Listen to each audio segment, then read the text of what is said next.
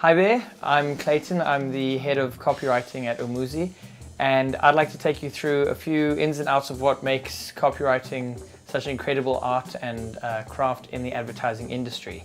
So basically, copywriting is all about words. If you see something, if you hear something, if you read something on billboards, posters, online, print, anything like that, it's been written by a copywriter. Copywriting itself is a really interesting craft because, as Ayn Rand said, when you deal with words, you deal with the mind. So with regard to copywriting, there are various forms of executions that we look at. I'd like to take you through a few examples to show you what good looks like, so you can see what it takes to make it in the creative industry. So firstly, we're going to look at some headlines. Headlines really show a copywriter's grit, because you need to be able to convince your consumers to change their behavior in as few words as possible. The golden rule is generally no more than 8 words per headline. And as you can see, the ones here are really thought-provoking. For example, everyone who reads this book will die. That's a fantastic headline because it entices you to read further and engage further with the communication. A lovely way of looking at headlines is trying to take an existing turn of phrase and put a new spin on it. For example, don't secondhand smoke the messenger. It's a very clever way to explain what smoking does to those around you. And then of course I love the one, cancer cures smoking. Very thought-provoking, very clever headline there. As I said, this really is where writers kind of show their grit, because you can't hide behind beautifully long written copy. It all has to come through in these very few words. What I'd like you to look at now is headlines for The Economist. These ads are always on top of mind for anybody who knows good headline writing, because they are just so smart. Take a look at the top 3 there. They're succinct, they're right to the point. I particularly love the one, think someone under the table. Underneath it, you'll see a really interesting poster, one of my favorites actually, which reads, a poster should contain no more than 8 words, which is the maximum the average reader can take in at a single glance.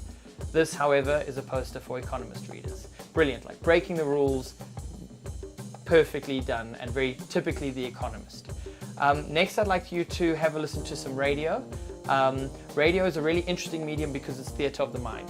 Your consumers who are listening to it via the radio you can tell them to see anything, and so long as you write it well, they can picture it in their minds. We're going to listen to one done by Joburg. It won a Cannes Grand Prix a few years back for Lucozade. Really well written, and it really puts you in the moment. You can see what's going on in the moment. They said you wouldn't make it this far. They said you'd be out of here in the first 3 songs. But here you are. So as you can hear, that is really engaging and entertaining writing, and it's something that writers really enjoy, copywriters really enjoy, is the opportunity to sink their teeth into something really conceptual like that. Obviously there's a lot of retail radio that also needs to be written, but the better you get at it, the higher you climb in the ranks, the more you get to write things like this. Writers need to be able to adapt their tone for different brands. If you think about the difference between the tone that Nike carries versus the tone that someone like CNA carries, think about KFC versus Debonair's. They are all very different tones, and writers need to be able to shift and adapt to them. So let's have a quick listen to, or quickly watch this Nike ad so you can really hear the kick-ass tone that they use in it. Listen, if you can run a mile, run a race. You know what?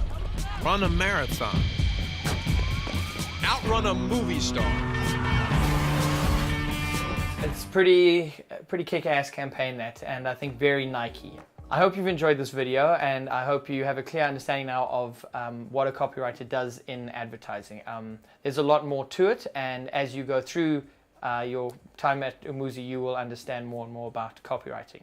I encourage you now to have a look at the other department videos to see what they're all about, and to see how Umuzi can help you make it in the industry.